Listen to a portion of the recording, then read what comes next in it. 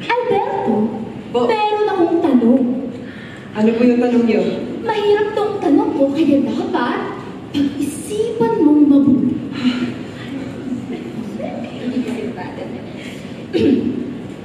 Anong kulay ng puting kabayo ni Pedro? Kulay ng puting kabayo ni Pedro. Oo. Ah! Sino po yung Pedro ang tinutukoy? Pedro. Ah! Wala po akong kilalang Pedro. Pinsa na po kayo, kabayo. Ma'am, wala po akong kinalaman sa kabayo. Wala po akong kinalaman sa kabayo.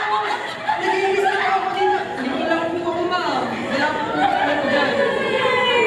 Tingnan ninyo, mas tanga pa sa kalaban! Nagbigay daw yan sa hangin, kaya puro hangin ang utak. Ladies! Ladies, itigil nyo yan! Tama na! Huwag nyo pinagtitripan si Tangang Alberto!